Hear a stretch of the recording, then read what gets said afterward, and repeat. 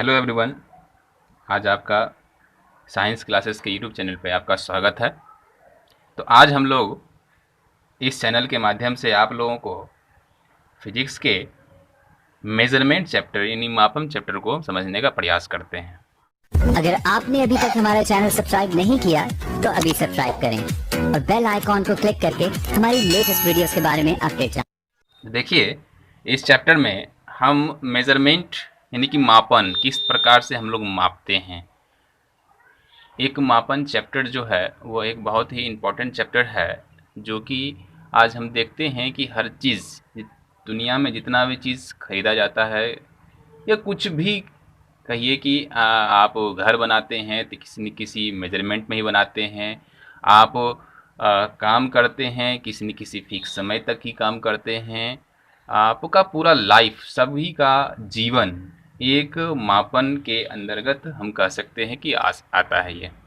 तो आज हम देखते हैं मेजरमेंट में सबसे पहली बात क्या है, फिजिकल क्वांटिटी। हम लोग डायरेक्ट टॉपिक पे आते हैं।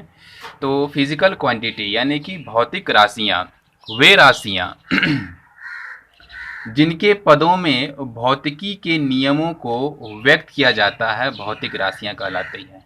यानी कि कह सकते हैं कि जिस राशि को हम फिजिक्स का जो भी लॉ है, जिस लॉ पे हम उसको एक्सप्रेस कर देते हैं, उसी को हम क्या कहते हैं कि वह मेरा भौतिक राशि यानी फिजिकल क्वांटिटी है। अब जैसे में हम एग्जांपल लेते हैं, टाइम है, मास है, लेंथ है, वर्क है, एनर्जी है, फोर्स, ईटीसी बहुत सारे हैं इस प्रकार से। तो फिजिकल क्वांटिटी को हम लोग दो भागों में बांटते हैं। क्या क्या है? एक फंडामेंटल क्वांटिटीज और दूसरा डिराइव्ड क्वांटिटीज। फंडामेंटल क्वांटिटीज यानी कि मूल राशियां हैं और डिराइव्ड क्वांटिटीज व्युत्पन्न राशियां हैं। मूल राशियां वे भौतिक राशियां जो एक दूसरे पर निर्भर नहीं करती है, यानी कि पूर्ण रूपेण वह स्वतंत्र है, इंडिपेंडेंट है। उसे ही हम लोग क्या कहते हैं? फंडामेंटल क्वांटिटीज यानी कि मूल राशियां। तो जैसे में हम इसको ले लेते हैं, मास, लेंथ, टाइम, टेम्परेचर, करंट, ये सभी की राशियाँ। मास का राशि क्या हो, ये मास जो है इसका क्या है, किलोग्राम में हम लोग डिनोट में ये हम मेजरमेंट करते हैं। लेंथ है जो मीटर हो गया, सपोज मीटर हो गया, किलोमीटर हो गया, ये हो गया। टाइम सेकेंड हो गया, मिनट हो गया। जैसे करंट है, करंट को हम लोग किस में मापते हैं? करंट को तो एम्पियर में मेजरमेंट करते हैं। तो इस प्रकार से है। तो वो सारा क्वांटिटी वो खुद पे निर्भर करता है, यानी कि दूसरे पे निर्भर नहीं करता है, यानी कि स्वतंत्र है। अब ठीक, हम उसका उल्टा व्युत्क्रम राशि ले लें, व्युत्पन्न राशि। तो व्युत्पन्न राशि वैसी भौतिक राशियां हैं जो मूल राशि यानी कि इस पर डिपेंड होती है, उसे ही हम लोग कहते हैं व्युत्पन्न राशि। यानी कि जो भौतिक राशियां मूल राशियों के पदों में व्यक्त की जाती है वो वे व्युत्पन्न राशि यानी कि डिराइव क्वांटिटी कहलाती है। तो जैसे हमें वेलोसिटी है, वर्क है, फोर्स है, एरिया है, ये है। जैसे हम सपोज एक देख लेते हैं कि आपको कैसे बताते हैं। जैसे हमने बात किया एरिया का, एरिया यानी कि क्षेत्रफल। तो क्षेत्रफल को हम लोग जो है L इंटू बी लिखते हैं, लंबाई गुना चौड़ाई। तो लंबाई गुना चौड़ाई जैसे लिखते हैं, तो अब यह लंबाई, लंबाई का मात्रक क्या होता है? मीटर। और यह क्या हो गया? चौड़ाई। चौड़ाई का भी क्या होता है? मीटर में मापते हैं। तो यह क्या हो गया? मीटर स्क्वायर हो गया। सपोज देखिए कि यह क्या हो गया कि इसलिए यह क्या हो गया कि मेरा व्युत्पन्न राशि है। एरिया क्या है? मेरा व्युत्पन्न राशि। क्लियर? कुछ भी ले लीजिए, अब फोर्स ही ले लीजिए। तो फोर्स, फोर्स यानी कि बल। तो बल का हम यदि हम निकालेंगे, यह मात्रा क्या होता है? जैसे ले लेते हैं, क्या बल के बराबर क्या होता है? M A. तो एम क्या हो गया? Mass, kilogram. ये क्या है? एक्सीलरेशन है यानी कि त्वरण। इसका क्या होता है? मीटर पर सेकंड स्क्वायर। तो देखिए यह भी क्या है? यह तो हो गया मेरा फंडामेंटल क्वांटिटी, यह तो मेरा ऑलरेडी पहले से डिराइव क्वांटिटी है ही, व्युत्पन्न राशि है ही।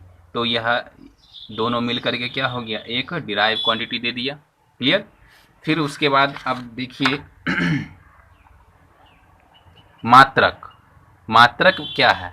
तो मात्रक प्रत्येक भौतिक राशि की माप के लिए उसी राशि का कोई स्टैंडर्ड यानी कि मानक चुन लिया जाता है। इसे ही हम लोग इसी स्टैंडर्ड को हम लोग क्या कहते हैं, यूनिट कहते हैं। एक स्टैंडर्ड मान लेते हैं किसी भी भौतिक राशि का, उसी स्टैंडर्ड को हम लोग क्या कहते हैं कि वह उसका मात्रक है, यूनिट है। अब किसी भी राशि के मात्रक को प्रकट करने के लिए दो बात होना बहुत ज़रूरी है।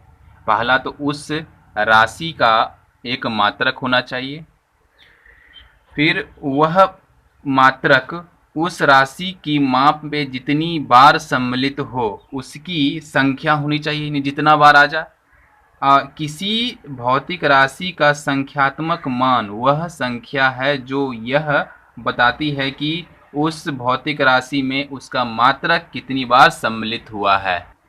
जैसे कि देखिए x is equal to NU। x क्या है, मेरा भौतिक राशि की माप है ये। अब यह n क्या है, भौतिक राशि संख्यात्मक मान है, यानी कि न्यूमेरिकल वैल्यू है। अब मात्रक का आकार u होता है। तो अब जिस राशि का है उसका हम इसी के आधार पर हम लोग इसको मेजरमेंट करते हैं, लिखते हैं। इसी के अनुसार इसकी मदद से हम सारे क्वांटिटी को का जो मात्रक है हम लिख सकते हैं। क्लियर। अब हम लोग मेजर करते पढ़ते हैं कि मानक मात्रकों के गुण, कैरेक्टरिस्टिक्स ऑफ स्टैंडर्ड यूनिट। तो मापन में प्रयुक्त होने वाले जो भी मात्रक हैं उसका क्या स्टैंडर्ड होना चाहिए, उनकी विशेषता क्या होनी चाहिए, वो हम लोग देखते हैं।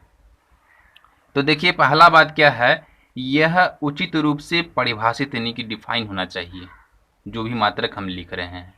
दूसरी बात क्या है, यह उचित परिमाण का होना चाहिए।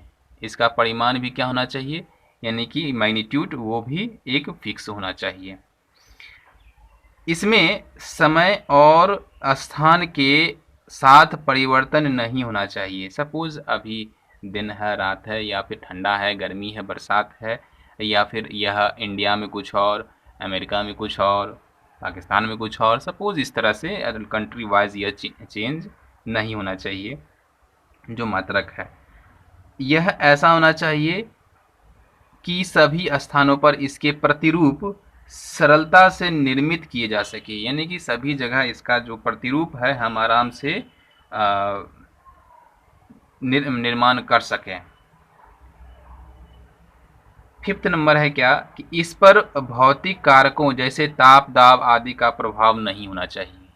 टेम्परेचर का जो इफेक्ट है वो नहीं होना चाहिए। लास्ट क्या है, यह सर्वमान्य होना चाहिए। सर्वमान्य कहने का मतलब कि इसे सभी जगह पर वैल्यू होना चाहिए इसका, कि यह ऐसी बात नहीं है कि यहाँ पर हम माने और कहीं और उसका वैल्यू ना हो। तो यह सब जो है मानक मात्रकों का यह गुण है, स्टैंडर्ड होना चाहिए, जिससे कि लोगों को आसानी हो। क्लियर। अब हम लोग देखते हैं सिस्टम ऑफ यूनिट, मात्रकों की प्रणालियाँ। यानी कि इसे देखिए ऐसे पहले देखा जाए तो सिस्टम में सिस्टम ऑफ यूनिट 3 थे, CGS, MKS और FPS। फिर जब बाद में इसे SI सिस्टम भी जोड़े, जो प्रचलित, बहुत ज़्यादा प्रचलित है ये।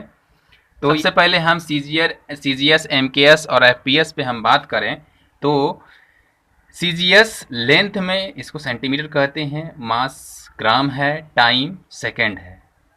MKS में M 4 metre, K 4 kilogram, S 4 second. फिर FPS सिस्टम में foot, F 4 foot, P 4 pound, S 4 second. इसी स्टैंडर्ड में हम लोग मेजरमेंट करते हैं CGS, MKS, FPS को। क्लियर। अब SI सिस्टम जानने के पहले हम थोड़ा मात्रक पहले जान लेते हैं। फंडामेंटल यूनिट यानी कि मूल मात्रक, और व्युत्पन्न मात्रक यानी ड्राइव यूनिट। तो सेम जैसे क्वांटिटी था उसी तरह से हम इसको भी डिफाइन कर सकते हैं। क्या है, वे मात्रक जो एक दूसरे पर निर्भर नहीं करते हैं बल्कि पूर्णरूपेण स्वतंत्र होते हैं, उस मात्रक को मूल मात्रक कहते हैं, यानी कि फंडामेंटल यूनिट कहते हैं। फिर डिराइव यूनिट यानी कि व्युत्पन्न मात्रक वे मात्रक जो मूल मात्रकों पर उपयुक्त घात लगाकर प्राप्त किए जाते हैं और व्युत्पन्न मात्रक कहते हैं। इसके बारे में अभी हम चर्चा करेंगे। पहले हम लोग SI सिस्टम पहले देख लेते हैं। फंडामेंटल तो समझ गए होंगे कि जो कि बिल्कुल स्वतंत्र है, जैसे ये सब कहा जाए कि एक प्रकार से स्वतंत्र है, तो हम इसको कह सकते हैं। तो देखिए कि SI सिस्टम में यानी कि मानक अंतर्राष्ट्रीय प्रणाली यानी कि इंटरनेशनल सिस्टम जो है इस यूनिट का, तो देखिए पहला हम क्या लिखे हैं, फंडामेंटल क्वांटिटी, ये सारा क्वांटिटी है। फिर बेसिक यूनिट है, इसका क्या होना चाहिए, फिर इसका सिंबॉलिक टर्म है। तो लंबाई का होता है यानी कि लेंथ, मीटर होता है, इसको सिंबल में m कहते हैं। द्रव्यमान यानी मास, किलोग्राम, केजी होता है। समय यानी टाइम, सेकेंड यानी कि s कहते हैं। ताप यानी टेम्परेचर, केल्विन यानी इसके से डिनोट करते हैं इसको। विद्युत धारा, इलेक्ट्रिक करंट, एम्पियर, ए से डिनोट करते हैं इसको। ज्योति तीव्रता, ल्यूमिनियस इंटेंसिटी, कैंडेला होता है, CD। पदार्थ का मात्रा यानी कि अमाउंट ऑफ सब्सटेंस को कहते हैं, उसे मोल कहते हैं, यूनिट मोल होता है। और यह मोल इसे डिनोट करते हैं। अब इसके दो सप्लीमेंट्री यूनिट होते हैं जिसको कहते हैं पूरक मूल राशि। तो वो देखिए क्या है कि पहला समतल कोण, इसको कहते हैं रेडियन, RAD से इसका डिनोट करते हैं, सिंबल है। घन कोण क्या है, इसका स्टेरेडियन, SR से इसको डिनोट करते हैं। क्लियर? आई थिंक आपको समझ में आ गया होगा ये। अब हम लोग थोड़ा चर्चा कर लेते हैं डिराइव यूनिट पे। डिराइव यूनिट क्या है, तो देखिए डिराइव यूनिट जानने के लिए हम लोग, जैसे सपोज नाम से ही पता चल रहा है कि डिराइव करना, तो अब सपोज जैसे अभी एरिया में ही देखें हम, यह जो क्षेत्रफल हम निकाले तो इसमें क्या था, लंबाई गुना चौड़ाई यानी कि L into B, length into breadth. तो यह जो है, यह मीटर क्या है, फंडामेंटल यूनिट है इसका, लंबाई का। यहाँ भी मीटर लगा है तो फंडामेंटल यूनिट हो गया, तो दोनों मिलके क्या हो गया, देखिए डिराइव हो गया। यानी कि यह एक जो यह मीटर स्क्वायर जो आया, यह क्षेत्रफल जो आया मेरा, वह क्या है, डिराइव है, डिराइव किया हुआ है, यानी कि व्युत्पन्न, दूसरे से उत्पन्न हुआ है। अब सपोज और भी कोई ले लें, जैसे वेग का फार्मूला क्या था, वेग का मात्रक यदि याद नहीं है तो उसको भी निकालने के लिए हम बताते हैं आपको क्या लिख सकते हैं इसको। तो इसको ऐसा लिख सकते हैं हम कि वेग बराबर क्या होता है, विस्थापन बटे समय, यानी कि इसको डिस्प्लेसमेंट भी कहते हैं, डिस्प्लेसमेंट अंग्रेजी में कहते हैं इसको, इंग्लिश में इसको टाइम, यानी डिस्प्लेसमेंट बाय टाइम। तो देखिए क्या हो जाएगा, डिस्प्लेसमेंट यानी कि कोई ना कोई तो दूरी है, ये विस्थापन। तो अब इसे हम लिखने के लिए, यानी कि दूरी है तो दूरी यानी कि लंबाई कुछ भी है तो इसको मीटर कह सकते हैं, अपॉन टाइम। तो इसको यानी कि मीटर आइए अपॉन सेकेंड, तो लिखते हैं इसको मीटर पर सेकेंड, या ऐसे लिखिए या आप ऐसे भी लिख सकते हैं इसे, ये दोनों होता है। एक और एग्जांपल ले लीजिए, जैसे चाल ले लेते हैं, यानी कि स्पीड, इसको वेलोसिटी कहते हैं, वेग को। स्पीड इक्वल टू क्या होता है, चाल बराबर दूरी बटे समय। तो दूरी कितना हो गया, दूरी अभी बताएं, मीटर में लिखते हैं इसको, और समय को क्या लिखते हैं, समय सेकेंड हो गया, तो मीटर पर सेकेंड इसको भी लिख सकते हैं कोई भी। अब जैसे त्वरण, इसको एक्सीलरेशन लिखते हैं, एक्सीलरेशन क्या हो जाएगा ये, तो इसका होता है क्या, वेग में परिवर्तन बटे समय। तो वेग में परिवर्तन, आखिरकार वेग में परिवर्तन हो रहा है, तो वेग का क्या होता है, अभी हम निकालें यहाँ पर, मीटर पर सेकेंड अपॉन सेकेंड। तो इसको लिख सकते हैं क्या, यह ऊपर चला जाएगा तो ये भी -1 हो जाएगा, तो ये -2 हो जाएगा, तो मीटर पर सेकेंड स्क्वायर इसका यूनिट हो जाएगा। तो ऐसे तो ये अभी तो डिराइव, ये देखिए क्या है, मेरा फंडामेंटल है, सेकेंड भी फंडामेंटल है, लेकिन यहाँ पर स्क्वायर इस पर 2 आ गया, तो यह जो है आप पूरा कंप्लीट क्या हो गया, ये डिराइव हो गया, derive quantity. Clear? I think आप लोग को यहाँ पे समझ में आ गया होगा। तो अब हम लोग देखते हैं SI सिस्टम के लाभ, क्या क्या लाभ हो सकते हैं। तो कुछ लाभ भी हैं इसके, तो देखिए बेनिफिट्स, क्या है पहला, क्या कि यह एक युक्ति युक्त पद्धति यानी कि रोटेशनल सिस्टम है। इस पद्धति में एक भौतिक राशि का केवल एक ही मात्रक होता है, तो यानी कि उसका एक ही यूनिट होगा। जैसे कि एमकेएस पद्धति में यांत्रिक ऊर्जा का मात्रक जूल होता है, ऊष्मीय ऊर्जा का मात्रक किलो कैलोरी होता है तथा विद्युत ऊर्जा का मात्रक वाट घंटा होता है। परंतु एसआई पद्धति में सभी प्रकार के ऊर्जाओं का मात्रक सिर्फ जूल ही होता है। क्लियर। फिर उसके बाद देखिए कि इस पद्धति के मात्रक निरपेक्ष होते हैं यानी कि एब्सोल्यूट होते हैं। क्लियर। यह एक दार्शनिक पद्धति है, जैसे कि 1 किलोग्राम में हम 1000 ग्राम कहते हैं, 10⁻³ भी लिखते हैं इसको। 1 microsecond is equal to 10⁻⁻6 second भी कहते हैं इसको। फिर आती बात क्या है कि यह एक संबद्ध पद्धति यानी कि कोहेरेंट सिस्टम है, यानी कि इस पद्धति में सभी व्युत्पन्न मात्रक मूल मात्रकों और पूरक मूल मात्रकों के केवल गुणा और भाग द्वारा प्राप्त किए जा सकते हैं, यानी कि एक दूसरे से हम लोग रिलेशन बना करके एक मात्रक हम तैयार कर लेते हैं। क्लियर। फिर क्या है लास्ट, यह एक अंतर्राष्ट्रीय पद्धति भी है, यानी कि इंटरनेशनल सिस्टम है ये, यानी कि यह इसमें लगभग सभी व्युत्पन्न मात्रकों के नाम अंतर्राष्ट्रीय स्तर पर मान्य होते हैं। यानी अंतर्राष्ट्रीय यानी कि सभी जगह पर इसका जो वैल्यू होगा वो बिल्कुल सेम होगा, कहीं चेंज नहीं होगा। तो आज के लिए हम यहीं तक रहने देते हैं। वीडियो यदि अच्छा लगा हो ज़रूर लाइक करें, सब्सक्राइब करें और दोस्तों के बीच शेयर करें। और इसे यदि आप चैनल पे नए आए हैं तो ज़रूर इसे सब्सक्राइब करें और लाइक करें। थैंक्स।